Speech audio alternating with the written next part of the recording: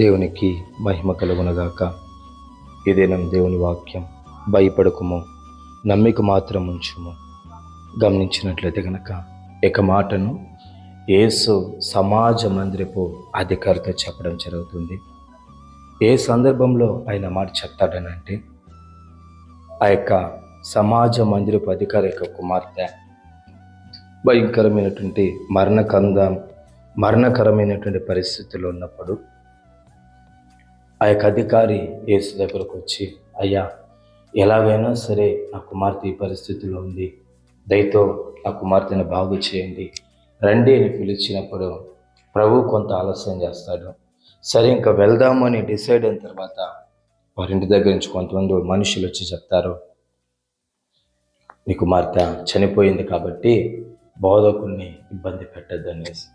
అప్పుడు ప్రభువు అంటాడు, భయపడద్దు, నమ్మకం మాత్రం ఉంచు అంటాడు.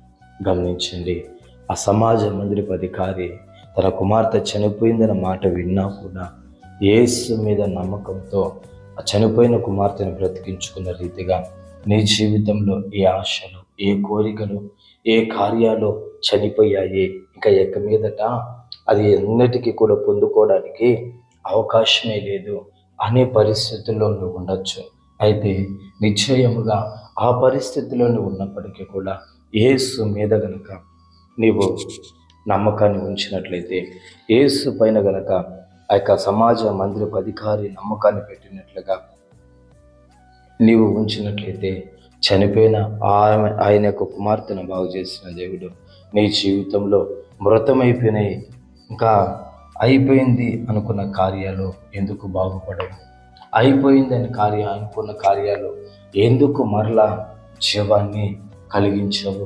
గమనించండి, ఎండిపోయినటువంటి ఎముకల ద్వారా దేవుడు గొప్ప సైన్యాన్ని రూపించిన రీతిగా నిశ్చయముగా నీ జీవితంలో అనేక కార్యాలు ఎండిపోయినచ్చు, అనేక కార్యాలకు ఎన్నటికీ కూడా జరగవు అనే రీతిగా ఉండిండొచ్చు. అయితే ఆ కార్యాలనే, ఎండిపోయిన ఎముకలను సజీవ లెక్కలో మార్చిన దేవుడు నీ జీవితంలో ఎండిపోయిన స్థితిలో ఉన్న ప్రతి కార్యాలన్నిటిని కూడా ఆయన సజీవంగా మార్చే దేవుడు.